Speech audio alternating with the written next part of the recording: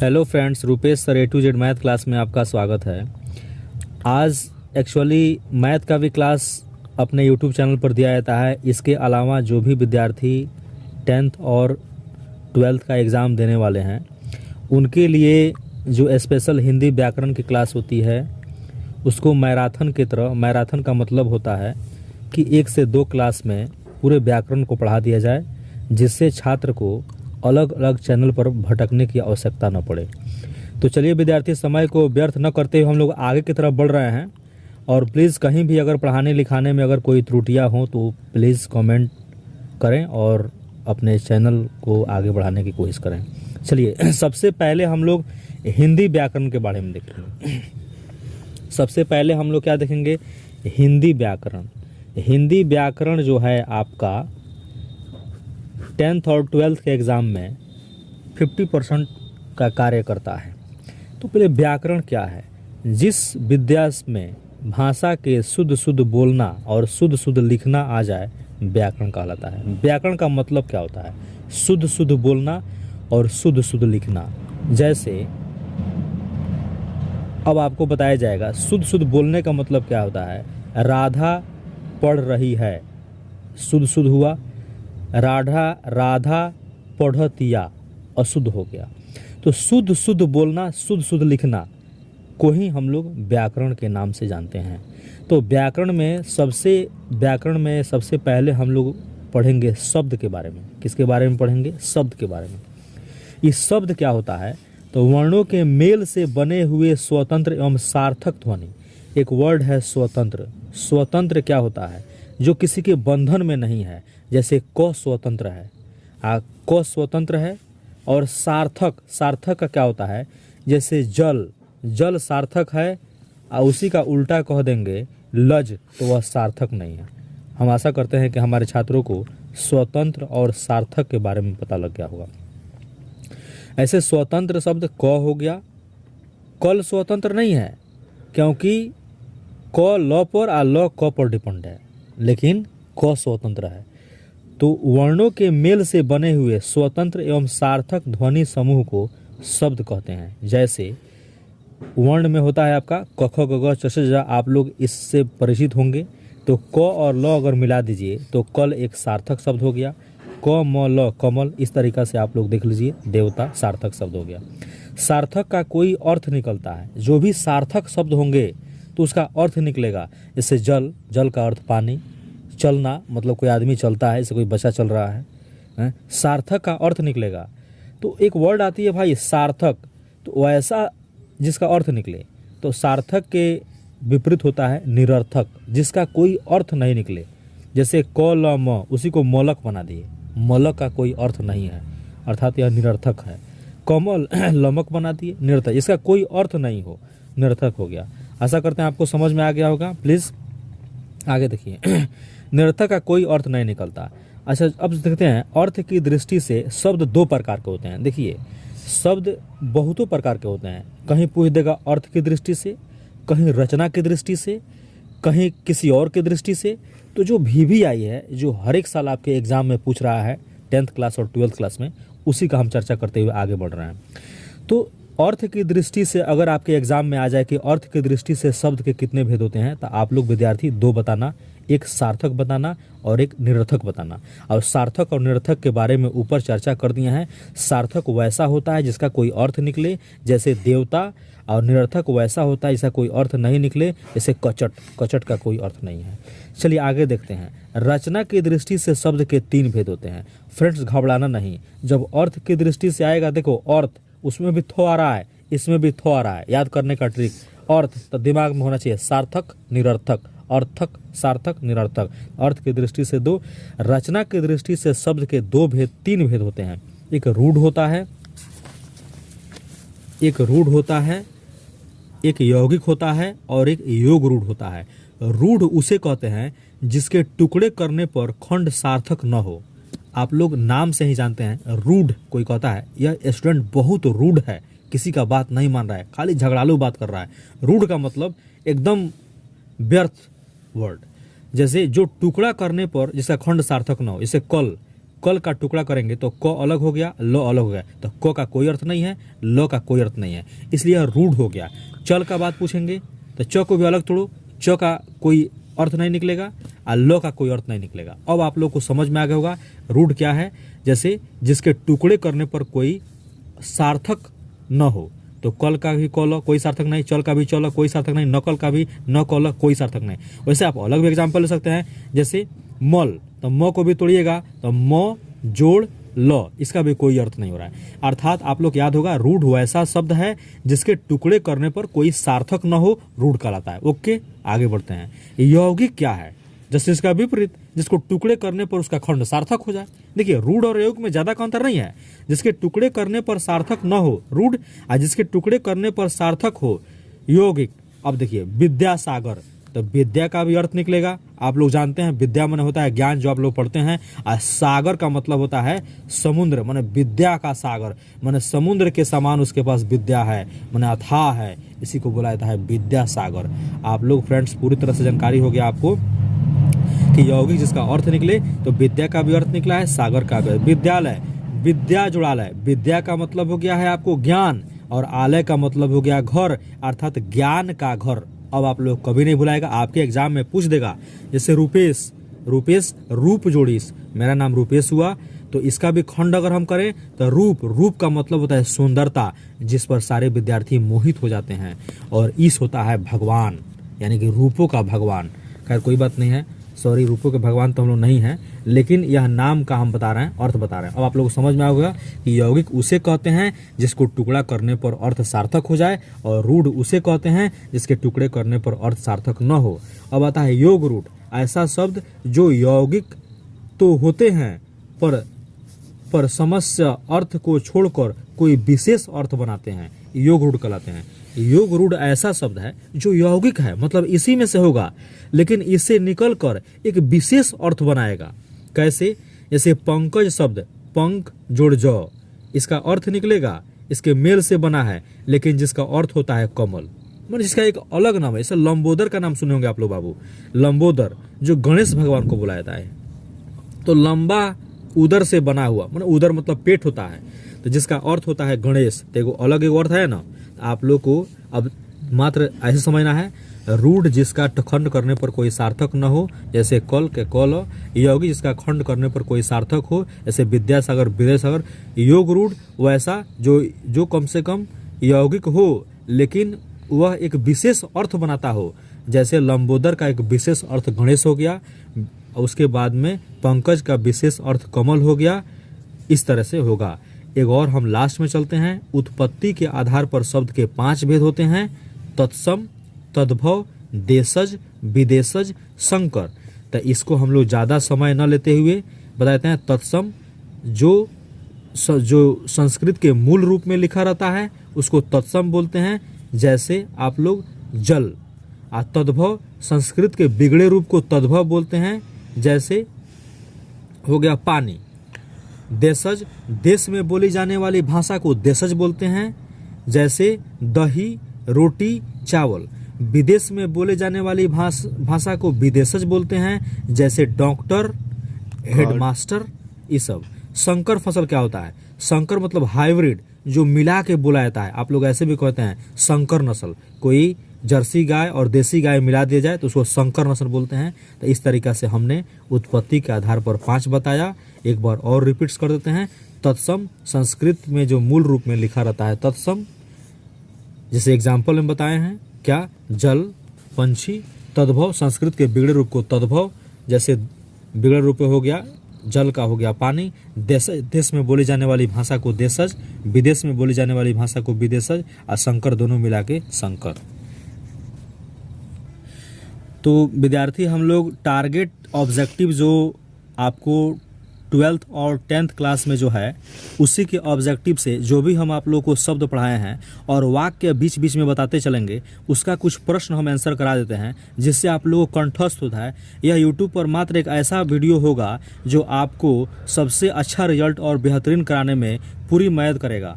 तो मेरा यही प्रार्थना है आप लोगों से, ताकि आप इस वीडियो को कहीं भी रहें कान में लीड लगा के और अच्छे से सुने और अपना परसेंटेज बहुत अच्छा बढ़ावें। जैसे अब देखिए, निम्न में शुद्ध शब्द, शुद्ध अशुद्ध तो ऐसे हमने नहीं बताया, लेकिन शुद्ध अशुद्ध में ज़्यादा टेंशन लेने की जरूरत नहीं है। जो भी लड़का लड़की बुक अच्छा से रीडिंग किया है वह शुद्ध अशुद्ध का एक एक क्वेश्चन पूछ जाएगा। जैसे इसमें कौन शुद्ध है, देखिए परीक्षा में ऐसे होगा, यह शुद्ध है, प्रणाम अशुद्ध है, प्रसाद अशुद्ध है, लेकिन प्रशंसा शुद्ध है। इसका ए इज करेक्ट आंसर जाएगा। सत शब्द है, अभी हमने बताया कि आपको तत्सम तद्भव देशज बेशक है, संस्कृत का जो मूल रूप होगा अर्थात ब्रांडेड नाम से जाना जाएगा। आपको अगर नहीं मालूम होगा तो जो ब्रांडेड नाम से जाना जाए, सत ब्रांडेड नाम से जाना जा रहा है। सत तत्सम है क्योंकि संस्कृत का मूल रूप है। ए इज करेक्ट आंसर।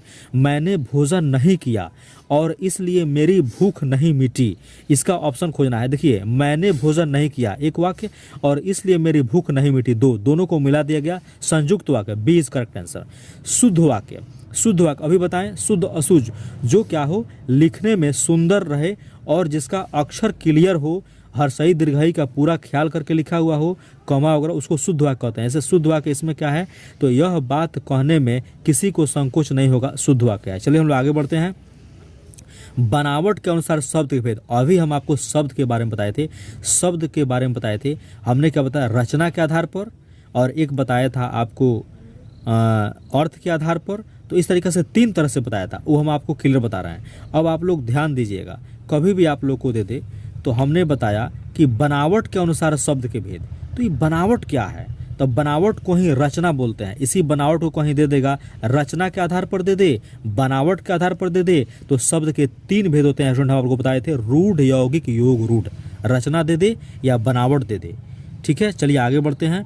उसके बाद में अगर आपको मौसम शब्द है, देखिए मौसम शब्द क्या है, देखिए आप वो बताए थे, देशज विदेशज ये सब विदेशी भाषा है। मौसम विदेशी शब्द है, इसलिए विदेशज हो जाएगा। जिससे किसी बात के न होने का बोध हो उसे कहते हैं, जिससे किसी बात का न होने का बोध हो, तो न होने का बोध हो तो निषेधवाचक, न होने का बोध हो तो कौन वाचक बाबू, निषेधवाचक। न से न और न से नी, तो निषेधवाचक। क्लियर, हमको मालूम है कि आप लोग याद कर गए होंगे। फाल्गुन शब्द है, फागुन, देखिए जितना भी आपको आ जाएगा, चैत बैसाख जेठ आषाढ़ सावन भादो कुवार कार्तिक अगहन मूस फागुन, मूस नहीं सॉरी स्टूडेंट, अगहन मास ऐसे फागुन इस तरह रहेगा, जितना भी रहे तो ये आप लोगों को है तत्सम शब्द है। ये क्या है, तत्सम है। तो फागुन कहेंगे तब, लेकिन फाल्गुन लिखा है, संस्कृत का रूप है, इसलिए क्या है, तत्सम है। यही बिगड़ा रूप कहेंगे तो वो हो जाएगा हमारा तद्भव, तो तत्सम हो गया फाल्गुन। रात्रि शब्द है, अब देखिए रात्रि ब्रांडेड, अभी हमने आपको क्या बताया कि जो देखने में ब्रांडेड लगे, तो ब्रांडेड, जैसे रात्रि या रात, तो रात्रि ब्रांडेड लग रहा है तो तत्सम, और वहीं रात रहता तो तद्भव, तो रात्रि को कौन मारिएगा, तत्सम मारिएगा। सावन शब्द है, सावन तद्भव है। सावन भादो कुवार कार्तिक, अभी बोले थे कि चैत बैसाख जेठ आषाढ़ सावन भादो कुवार कार्तिक अगहन मूस फाग फागुन, तो इसीलिए तद्भव हो जाएगा, जो बिगड़ा रूप होगा। चलिए क्लियर हो जाएगा। अब हम लोग यहाँ देखते हैं, आंसू शब्द है, देखिए आंसू, आंसू आपको देखने में क्या लग रहा है, आंख का आंसू, तो ये हो गया आपका तद्भव शब्द हो जाएगा। रात शब्द है, रात्रि और रात में अंतर होता है, तो रात्रि आपका हो जाएगा तद्भव, क्यों, रात्रि हो जाएगा आपका तत्सम जो संस्कृत का मूल रूप है, रात्रि का ही बिगड़ा रूप होता है रात, जो तद्भव हो जाएगा। क्लियर। शंख शब्द है, शंख शब्द आपको तत्सम देगा, शंख महाशंख सब संस्कृत में वेदाचार्य लोग पंडित लोग यूज करते थे, तो शंख शब्द है विद्यार्थी। पंडित भाई खिसाना नहीं, कोई दिक्कत नहीं है, अरे हम लोग सब प्यार प्यार से काम कर रहे हैं। चलो भाई फ्रेंड्स, यहाँ जाती हत्या कोई नहीं है। चलिए शंख, शंख शब्द है तो शंख आपको हमारा है तत्सम शब्द। चलिए होली, आप जानते हैं होली दीपावली ये तो बिगड़ रूप है, तो इसलिए बिगड़ रूप है तो तद्भव हो जाएगा। चैत, अभी बताया ना दोस्त, चैत जेठ आषाढ़ सावन भादो कुवार कार्तिक अगहन पूस माघ फागुन, तो ये कौन है, बिगड़ल रूप है, इसलिए तद्भव हो जाएगा, यानी कि संस्कृत का बिगड़ रूप। क्लियर, हमको मालूम है, समझ में आता होगा। चक्रवात, अरे भाई तो ब्रांडेड नाम लग रहा है, चक्रवात, जो आप सुने नहीं हो, ब्रांडेड हो, तो उसको तत्सम बोलते हैं। चलिए डॉक्टर, अभी ना बताया, डॉक्टर विदेशी शब्द है, डॉक्टर क्या है विद्यार्थी, विदेशी शब्द है। डॉक्टर हो, मास्टर हो, ये सब विशेषता है, इसलिए विदेशज, कोई दिक्कत नहीं। विकास या उद्गम की दृष्टि से शब्द के भेद, अभी विद्यार्थी देखिए, आपको तो हम तीनों बताए हैं, एक रचना की दृष्टि से बताए थे और उस तरीका से आपको रूपांतर की दृष्टि से। तो चलिए विकास कहेगा या उद्गम की दृष्टि से पूछेगा तो यह उत्पत्ति होता है। देखिए अभी हमको 3 बताए थे, कहीं भी हम आपको कितना बताए थे, एक आपको जो शब्द होता है ना, एक पूछ देगा रचना की दृष्टि से और एक पूछ देगा आपको उत्पत्ति की दृष्टि से, और एक पूछ देगा आपको रूपांतर की दृष्टि से। बस आप घबराए नहीं, ये 3 गो नाम हम मेनली आपको थ्योरी में पढ़ाए हैं। तो रचना जो कहीं कहेगा तो रचने को आपको बनावट बोल देता है, आप घबराए नहीं, रचने को क्या बोलता है? बनावट। तो रचना की दृष्टि से भी 3 होगा और बनावट की दृष्टि से भी 3 होगा। उत्पत्ति की दृष्टि से हमने 5 बताया है, लेकिन कहीं कहीं 4 भी होता है। तो आपको उत्पत्ति की दृष्टि से 5 होता है और 4, तो कहीं भी उत्पत्ति की दृष्टि से आएगा तो विद्यार्थी आप 5 मारिएगा और नहीं तो 4 मारिएगा, ये वो शंकर को हटा देता है। तो चलिए हम क्वेश्चन पर आते हैं डायरेक्ट। तो अब कह रहा है विकास या उद्गम। तो विकास उद्गम नया शब्द है, लेकिन उसको उत्पत्ति ही समझिए। तो विकास या उद्गम या उत्पत्ति की दृष्टि से शब्द के कितने भेद होते हैं? तो 4 भेद होते हैं। अभी हमने बताया 5 हमने लिखवाया है, लेकिन 4 भी होता है। कौन कौन? मेन 4 लेता है, जैसे तत्सम, तद्भव, देशज, विदेशज, शंकर को छोड़ देता है। डाउट्स क्लियर हो गया होगा। चलिए आगे बढ़ते हैं।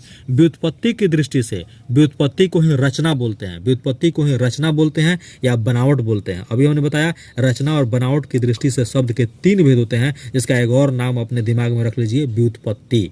अर्थात व्युत्पत्ति कहे, रचना कहे, बनावट कहे, तो शब्द के 3 भेद होते हैं। आपका जो 10th का जो एग्जाम बिहार बोर्ड लेती है या सीबीएसई बोर्ड, चाहे कोई भी बोर्ड, तो हिंदी में बहुत ऐसा शब्द देती है जो आप कंफ्यूज कर जाएं। लेकिन आप रुपेश सर के छात्र हैं, आप कंफ्यूज नहीं कीजिएगा, मैं आशा करता हूं। चलिए रूपांतर की दृष्टि से, चलिए फ्रेंड्स, और देखिए नया शब्द आया रूपांतर। रूपांतर की दृष्टि से शब्द के क्या भेद होते हैं? रूपांतर की दृष्टि से शब्द के 2 भेद होते हैं। अब बहुत लोग रूपांतर नहीं समझेंगे, तो रूपांतर को एक चीज समझेंगे, क्या आपको विकारी और अविकारी होता है। रूपांतर की दृष्टि से शब्द के 2 भेद होते हैं, एक होता है विकारी और दूसरा होता है अविकारी। चलिए ये भी क्लियर हो गया। अर्थ की दृष्टि से शब्द के कितने भेद होते हैं? अर्थ की दृष्टि से शब्द के 3 भेद होते हैं। अभी हमने क्या बताया? अर्थ की दृष्टि से शब्द के कितने भेद होते हैं? 3। चलिए कोई दिक्कत नहीं है, फिर हम लोग आगे बढ़ेंगे, आगे देखेंगे। देखिए यह गलत दे दिया है, हम आप लोग को चेक कर रहे हैं, आप लोग कोई आदमी कमेंट्स नहीं कर रहे हो, या यूट्यूब पर चल रहा है, लाइव क्लास हो रहा है, फिर भी आप लोग नहीं ध्यान दे रहे हो। चलो हम लोग फिर भी देखते हैं। अर्थ की दृष्टि से शब्द के 3 भेद नहीं होते हैं, थोड़ा दिमाग लगाओ। अर्थ की दृष्टि से शब्द के 2 भेद होते हैं। कौन? एक सार्थक और दूसरा निरर्थक। अब आप लोग को समझ में आएगा, क्योंकि देखिए ना, अर्थ यहाँ भी है और सार्थक में भी अर्थ है और निरर्थक में भी अर्थ है। यानी कि अर्थ की दृष्टि से शब्द कितने भेद होते हैं? 2। क्लियर हो गया। आगे बढ़ते हैं। आदमी शब्द है, आदमी शब्द फारसी है। आदमी थोड़ा ब्रांडेड लिखा गया है, लोग, आदमी। स्वरूप या रचना के अनुसार वाक्य के कितने भेद होते हैं? स्वरूप और रचना के आधार पर, अभी बोले रचना, बनावट, तो 3 भेद होते हैं। कितने भेद होते हैं विद्यार्थी? 3 भेद। चलिए मैं देखता हूँ वाक्य है, मैं देखता हूँ वाक्य सरल वाक्य है, इसमें और सब जुड़ा नहीं गया है। सुबह हुई इसलिए पक्षी चहक उठे, यह कौन वाक्य है? मिश्र वाक्य है। 2 वाक्य को गजब तरीका से मिलाया गया है, मिश्री खनिया मिला दिया है। चलिए अकाल पड़ेगा और लोग मर जाएंगे, यह संयुक्त वाक्य है। जहाँ और लग जाए वह संयुक्त वाक्य। आप लोग कंफ्यूज होते होंगे कि सर कहीं कहीं आप संयुक्त बोल दे रहे हैं, कहीं कहीं मिश्र बोल दे रहे हैं, तो बुर्बक नहीं बनना है। जहां और लगा दे तो उसी को संयुक्त वाक्य बोलिएगा, लेकिन यहाँ देखिए तो कहीं और लगाया है, इसलिए यह मिश्र वाक्य है। कन्फ्यूजन क्लियर रहेगा तब आपका रिजल्ट बनेगा फ्रेंड्स। हम आशा करते हैं आपको समझ, अब डाउट्स क्लियर हो गए ना। अब बोल देंगे कि चलो स्कूल चलना है, सर पिटाई करेंगे, इसमें और नहीं लगा तो मिश्र वाक्य हो जाएगा। यहीं देखिए अकाल पड़ेगा और लोग मरेंगे, यानी कि यहाँ और लग गया तो इसलिए संयुक्त वाक्य होगा। Doubts clear. वाक्य की आवश्यक अंग हैं, वाक्य के आवश्यक अंग 2 हैं। चलिए अब यहाँ आते हैं। अर्थ के आधार पर वाक्य के मुख्यतः कितने भेद होते हैं? अभी देखिए वाक्य जो होता है अर्थ के आधार पर वाक्य के 8 भेद। चलिए आगे देखते हैं, इसको सब आगे हम लोग पढ़ेंगे। वह घर नहीं जाएगा, देखिए नहीं जाएगा, तो यह पूछा जा रहा है, नहीं लगा ना, निषेध। अभी क्लियर बताए थे, जहां बाबू कह रहा है नहीं जाएगा तो निषेधवाचक, न से नहीं और न से निषेध। क्या इसमें डाउट्स होगा? नहीं, कोई डाउट्स नहीं। चलिए हम लोग आगे देखते हैं।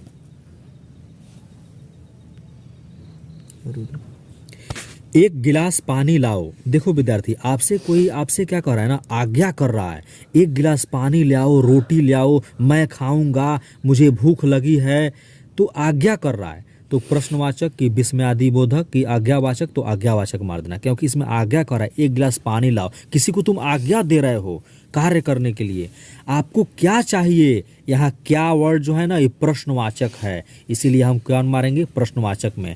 आपकी यात्रा मंगलमय हो, यहाँ पर आप इच्छा जाहिर कर रहे हो, ध्यान दो। कैसे हम कहते हैं बाबू जाओ अच्छा से पढ़ोगे और अच्छा करोगे, हम पूरा आशा है, हम इच्छा जाहिर कर रहे हैं। आपकी यात्रा मंगलमय हो, कोई दिल्ली जा रहा है आपका कोई भाई यूपीएससी की तैयारी करने के लिए मैट्रिक बाद या इंटर बाद, तो आप कहोगे आपकी यात्रा मंगलमय हो, यानी कि आप क्या कर रहे हो, आप सोचो इच्छा कर रहे हो, इच्छा जाहिर कर रहे हो, तो इच्छावाचक हो गया। अब तक वहाँ सो गया होगा, देखो यह सो गया होगा, अब क्या जाने सोया है कि नहीं है ये मालूम नहीं है भाई, संदेह है, संदेह हो रहा है, तो संदेहवाचक। नो डाउट हम कहेंगे विद्यार्थी हमारे रुपेश क्लासेस कोचिंग में पहुंच गए होंगे, ध्यान दीजिए होंगे कह रहे हैं, या हो सकता है पहुंच भी गए हो या नहीं भी गए हो, इस तरह का वर्ड होगा संदेहवाचक।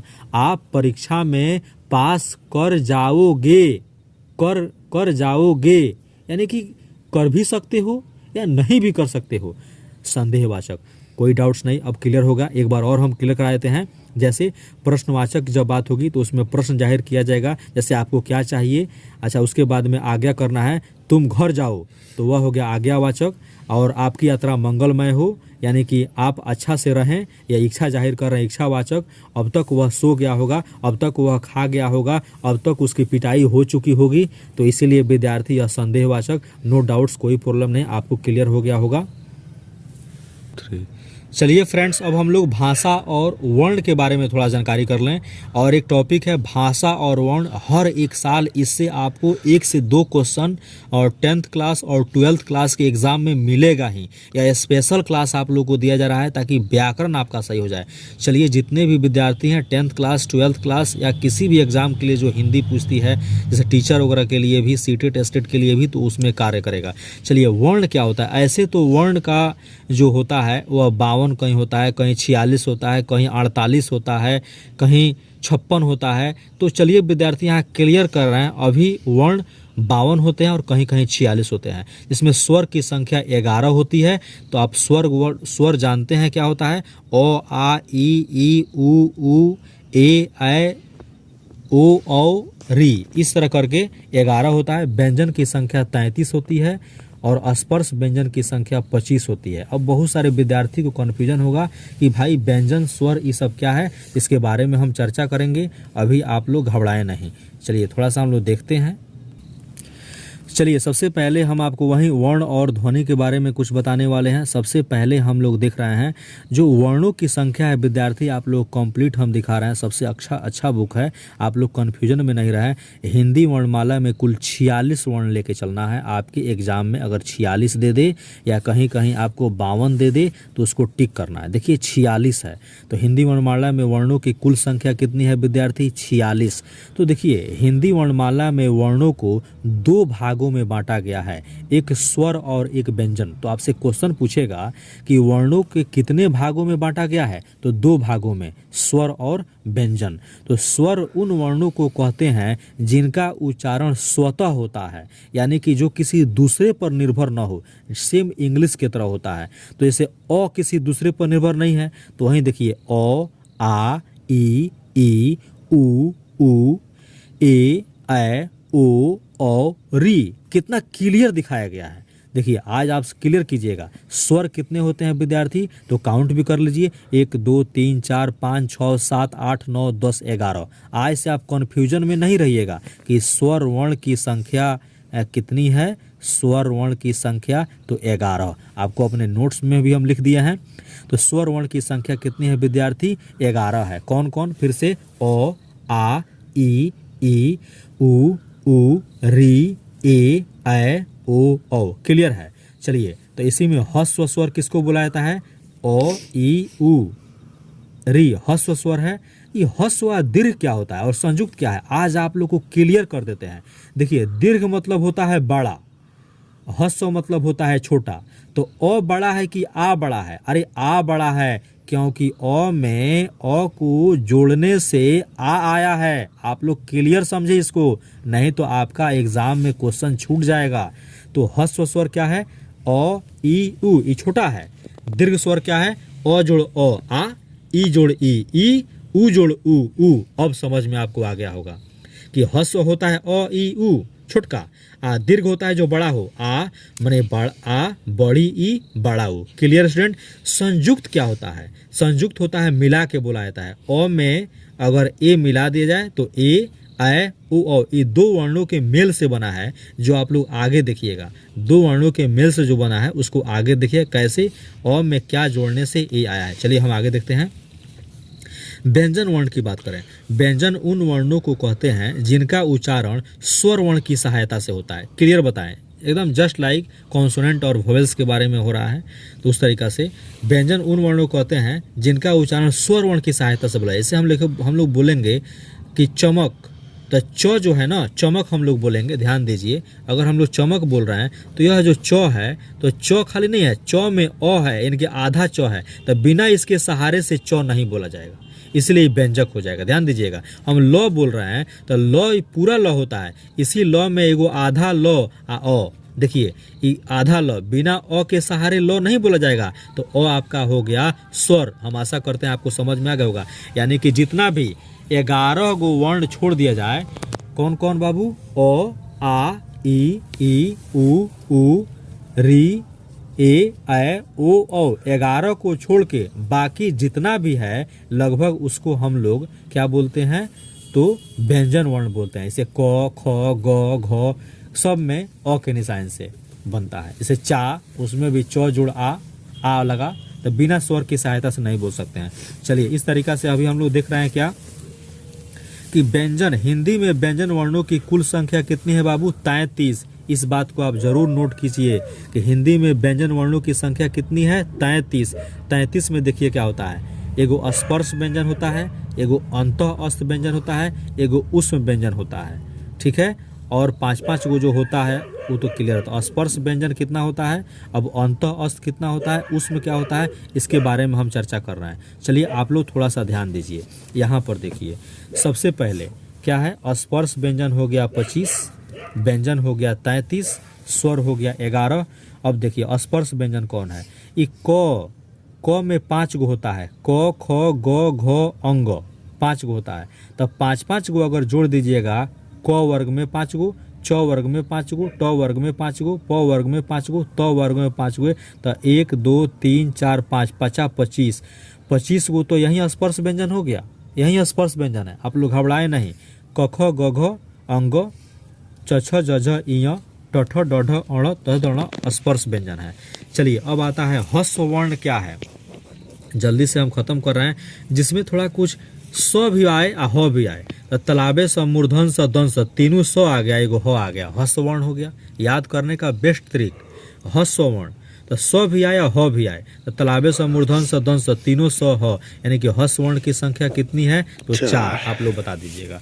अब हम इसमें पूछेंगे कि क वर्ग को किससे बोला जाता है, तो देखिए कंठ से बोल रहे हैं फ्रेंड्स को, देखिए ना, क ख ग घ कंठ से बोला जा रहा है। तो इसका ट्रिक भी हम दिखाए दिए हैं, अकह, यानी कि कंठ से बोले जाने वाले, अगर आप लोग को याद नहीं होगा तो अकह याद कर लीजिएगा कंठ से। देखिए क ख ग घ अंग आ गया, एगो ह आ गया, एगो अ आ गया, अब आप लोग को नहीं भुलाएगा। अकह यानी कंठ से बोले जाने वाले शब्द, तो क से कंठ तो हो ही गया, तो क ख ग घ अंग आप लोग याद हो जाएगा। लेकिन कहीं कहीं अ देता है, बहुत लड़के कंफ्यूज कर जाते हैं, कहीं आ दे देगा, कहीं ह दे देगा। तो याद करने का सबसे शानदार ट्रिक देखिए, अकह, तो अ में आ गया अ, एगो आ क में आ गया क से अंग तक, आ ह एगो अ आ गया। अब आप लोग को क्लियर हो गया होगा। अकह में बोलिए फ्रेंड्स कितना आ जाएगा, क ख ग घ अंग, आ फिर अ आ एगो ह, अ क ह, क्लियर। च वर्ग में देखिए च छ ज झ इय, ये तो सब कोई जानता है कि च वर्ग है। तो च वर्ग किसको बोला जाता है? तालु से बोला जाता है। कैसे? आप लोग याद कीजिए, ये तालु ऊपर वाला होता है, जब तक आपका जीभ तालु में नहीं सटेगा तब तक च वर्ग नहीं बोलिएगा। देखिए च जाके ऊपर सट रहा है, तो 5 गो आपको हो गया, छ छ ज झ इं तक ले 5 गो आ ई भी आयता है आ एगो स आयता है। तो याद करने का तरीका क्या होता है, इचियस, इचियस, घबराइए नहीं, याद कर लीजिएगा। कंठ से बोलने वाले अकह आ तालु से बोलने वाला इचियस, अरे छ छ ज इं इचियस। तो देखिए कैसे कैसे, च छ ज झ इं।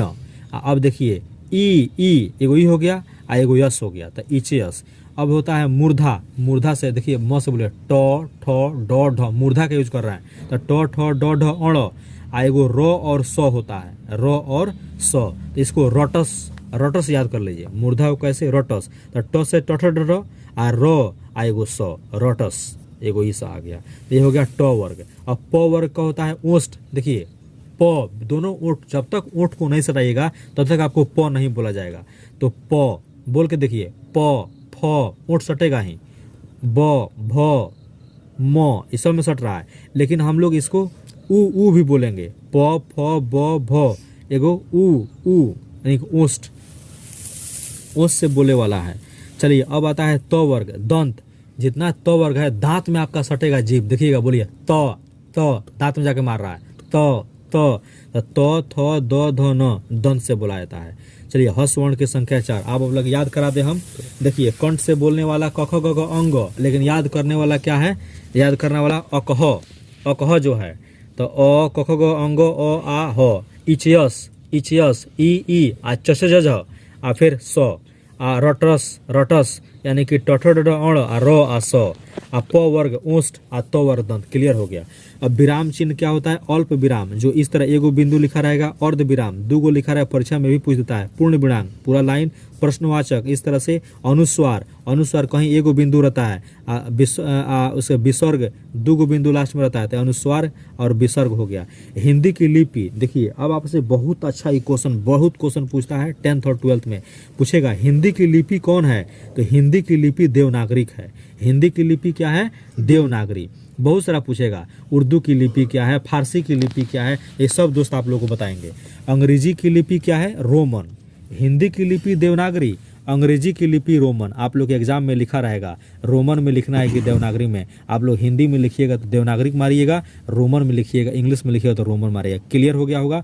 विचारों का आदान प्रदान को हम लोग भाषा कहते हैं। चलिए कहीं कहीं ऐसे क्वेश्चन पूछ देगा, भाषा किसे कहते हैं, तो विचारों का आदान प्रदान, जैसे हम आपसे कुछ कहें, चलो 1 गिलास पानी लाओ, कंठ सूख रहा है, तो आपने आपसे कुछ कहें, आपने पानी लाया, तो हम अपने विचार को आपके पास आदान किए, और आप हमको कुछ कहें, सर आपका पानी आ गया, आपने आदान हमको प्रदान कर दिया, तो हम अपने विचार को जब आदान और प्रदान करते हैं तो उसको हम लोग भाषा कहते हैं।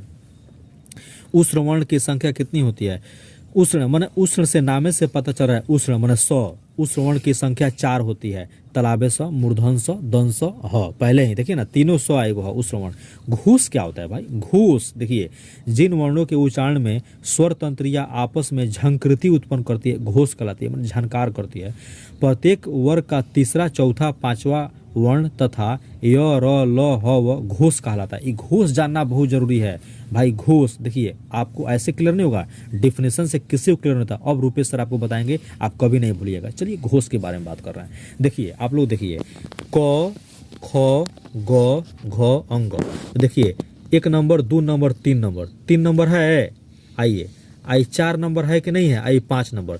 तो प्रत्येक वर्ग यानी कौन वर्ग, क वर्ग, च वर्ग, ट वर्ग, त वर्ग, प वर्ग, इस तरह 5 वर्ग हुआ। तो प्रत्येक वर्ग में जो तीसरा और चौथा स्थान पर रहता है वही घोष है। अब क्लियर हो गया होगा आप लोगों को। विद्यार्थी घबराए नहीं आप, अब यहाँ से आपको बताएंगे, आप घबराए नहीं। प्रत्येक वर्ग के तीसरा, चौथा और 5वां वर्ण, प्रत्येक वर्ग के सबसे पहले घोष बताया जा रहा है, घोष के बारे में जानना है। प्रत्येक वर्ग के तीसरा, चौथा और 5वां वर्ण घोष कहलाता है, और य, र, ल, व, ह भी घोष है। जैसे देखिए क वर्ग में क, ख, ग, घ, अंग, देखिए ना तीसरा, चौथा, 5वां है ना, तो ये घोष वर्ण है। च वर्ग में देखिए च, छ, तो ज, झ, इ, ज, झ, इ 3 गो, ट, ठ, ड में ड, ढ, अण, त, थ, द में रहता है तो त, थ, द, ध, न, समझ में आ गया होगा। प, फ में ब, भ, म। तो इस तरीका से तीसरा, चौथा, 5वें को कौन वर्ण कहते हैं बाबू, घोष वर्ण। अब आपको हम ऑब्जेक्टिव में दे देंगे कि न घोष वर्ण है कि नहीं है, न, तो अब देख लीजिए त, थ, द, ध, न, और ये घोष वर्ण है, ये भी है, ये भी है, ठीक है, न घोष वर्ण है। क्लियर। घोषवर्ण क्लियर हुआ। आगे आते हैं सभी घोषवर्ण, इसमें एक आध दो और वर्ड जोड़ देना है। य भी घोषे वर्ण है, र ल व ह घोषवर्ण, ये 4 गो नया, परीक्षा में अक्सर आपको यही सब देगा। य र ल व 4 गो ही हो गया, एगो ह घोषवर्ण क्लियर। जो घोष नहीं होता है वो अघोष कहलाता है। बहुत अच्छा बताया। अब बताओ फ्रेंड्स, आप बताओ कि इसमें तो ये घोष हो गया, तो क ख कोई पूछ दिया क्या हुआ था, ये अघोष हो गया। च छ क्या होगा, अघोष हो गया। ट ठ क्या होगा, अघोष हो गया। जो घोष नहीं है वो अघोष हो गया। क्लियर हो गया। अब हम आपसे पूछ रहे हैं प क्या है, तो प घोष है, क्योंकि प भी अघोष है, फ भी है, लेकिन ब भ म घोष है। क्लियर हो गया। संस्कृत, हिंदी तथा मराठी देवनागरी लिपि में आती है। आज से आप लोग एक और चीज़, अभी हम लोग पिछले क्लास में जस्ट लाइक अभी हमने बताया इसी वीडियो में कि हिंदी देवनागरिक है। आज से एक और नाम ले लीजिए, संस्कृत भी, हिंदी भी और मराठी भी, ये तीनों देवनागरिक है। अब परीक्षा में पूछेगा कि संस्कृत किस लिपि में लिखा हुआ है, तो प्लीज़ विद्यार्थी आप लोग बोलिएगा देवनागरिक। हिंदी को भी देवनागरिक, मराठी को भी देवनागरिक। हम आशा करते हैं कि आप लोग को समझ में आ गया होगा। उर्दू फारसी कौन लिपि में आती है, तो उर्दू फारसी लिपि में आती है। सॉरी, उर्दू किस लिपि में आती है, फारसी लिपि। उर्दू फारसी नहीं है, उर्दू किस लिपि में आती है, फारसी लिपि। आपसे अक्सर एग्जाम में पूछता है, उर्दू की लिपि है और 4 गो ऑप्शन रहेगा, फारसी, देवनागरी, रोमन, कोई नहीं, फारसी में टिक मारना है। चलिए, भारत के अधिकांश लिपियां ब्राह्मणी लिपि से पैदा हुई है। आपके क्वेश्चन, अभी हम क्वेश्चन कराएंगे फ्रेंड्स कि सबसे सारे लिपियों की बाप ब्राह्मणी लिपि है। सारे लिपियों की बाप, बाप कभी भी ऊपर होता है दोस्त, घबराओ नहीं, बाप कभी भी क्या रहेगा, ऊपर रहेगा। तो सारे लिपियों की बाप कौन है, ब्राह्मणी लिपि है। सारे उसी से पैदा हुए हैं। ठीक है, चलिए हम लोग आगे देखते हैं। इस तरह से आपसे पूछ लेगा कि लिपियों की जन्मदाता कौन है, ब्राह्मणी लिपि। चलिए आगे देखते हैं, अभी क्वेश्चन में आएगा फ्रेंड्स, आप घबराएं नहीं। देवनागरिक में लगभग 45 मूल लिपि है। आपसे क्वेश्चन पूछ देगा देवनागरिक में लगभग कितने लिपि हैं, 45 मूल लिपि चिन्ह हैं। हिंदी राष्ट्रभाषा है। देखिए बहुत सारे, इस पर बहुत कॉन्ट्राडिक्शन हुआ। आपके 10th एग्जाम में हिंदी को राष्ट्रभाषा लिख देना, लेकिन हिंदी राष्ट्रभाषा नहीं है, हिंदी राजभाषा है। आज सीख लो। 90% लोग को तो मालूम ही नहीं है, वो कहते हैं हिंदी राष्ट्रभाषा है। चलिए, हिंदी राष्ट्रभाषा आपके 10th तक आएगा तो मार लेना, लेकिन हिंदी अगर रियल रूप से कहा जाए तो हिंदी कौन भाषा है विद्यार्थी, राजभाषा है। या रूपेश सर का कहना है, किस कौन भाषा है, राजभाषा है। 14 सितंबर 1949 को भारत की संविधान सभा ने हिंदी को राज्य भाषा, देखिए हमने लिखा भी है कि भारत को राज्य भाषा और राष्ट्रभाषा के रूप में घोषित किया गया है। राजभाषा और कौन भाषा के रूप में, राष्ट्रभाषा के रूप में घोषित किया गया है। चलिए आगे देखते हैं। इसके बाद में अब आप लोग एक और चीज़ हम बताते हैं, आप लोग घबराएं नहीं, कंप्लीट एक बार रिवीजन के तौर पर इसको लगा दिए हैं। देखिए ओ आ अभी बताए हैं, आ क ख ग घ आ ह और विसर्ग कंठ से बोला जाता है। इचियस तालु से बोला जाता है। री ट र स रिटरस, रिटरस मुर्दा से बोला जाएगा। तो वर्ग ल स दांत, दंत से बोला जाएगा। ये सब आपको क्लियर करना है। नासिक से, ये क्वेश्चन बहुत देखिए, नासिक, नासिक में बड़ी ठंडा पड़ रहा है, आप घबराएं नहीं। ये नासिक क्या है, जो नाक से बोला जाता है। किससे बोला जाता है, नाक से। देखिए ना आप लोग बताइए, अंग, इय, ण, न, म तथा जिसमें अनुस्वार हो, एक बिंदु हो, उसको नासिक बोलते हैं। नासिक को ही अनुनासिक बोलते हैं। नासिक को ही क्या बोलते हैं, अनुनासिक। अब आप लोग से एग्जाम में पूछा जाएगा, इय कौन शब्द है, अनुनासिक। कहाँ से आया है, अनुनासिक से बोला जाता है, जो नासिक उसका उच्चारण स्थान होता है। चलिए ए, अब मिला के पूछता है, ए, कंठ और तालु से मिला के बोलने वाले को ए बोलते हैं। कंठ और ओष्ठ से मिला के बोलने वाले को ओ बोलते हैं, और दांत और ओष्ठ से मिला के बोलने वाले को व बोलते हैं। हम आशा करते हैं कि आप लोग क्लियर हो गया होगा। अब है संघर्षी व्यंजन क्या है, तो तलाबे स मूर्धन स दन स ह, इसको संघर्षी व्यंजन ही बोलते हैं। संघर्षी व्यंजन एक आध दो और हम पिछले क्लास में बोलते थे कि तलाबे स मूर्धन स दन स क्या बोलते हैं, काहे ना आप लोग को याद है कि नहीं है, तो आप लोग देख लीजिएगा। अंग, य, ड़, न, म अनुनासिक है, क्लियर है। य, र, ल, व अर्ध स्वर है। कितना लोग कहता है ये कौन स्वर है, अर्ध स्वर। च, छ, ज, स स्पर्श संघर्ष है। क्लियर हो गया विद्यार्थी। अब हम आते हैं क्वेश्चन पर।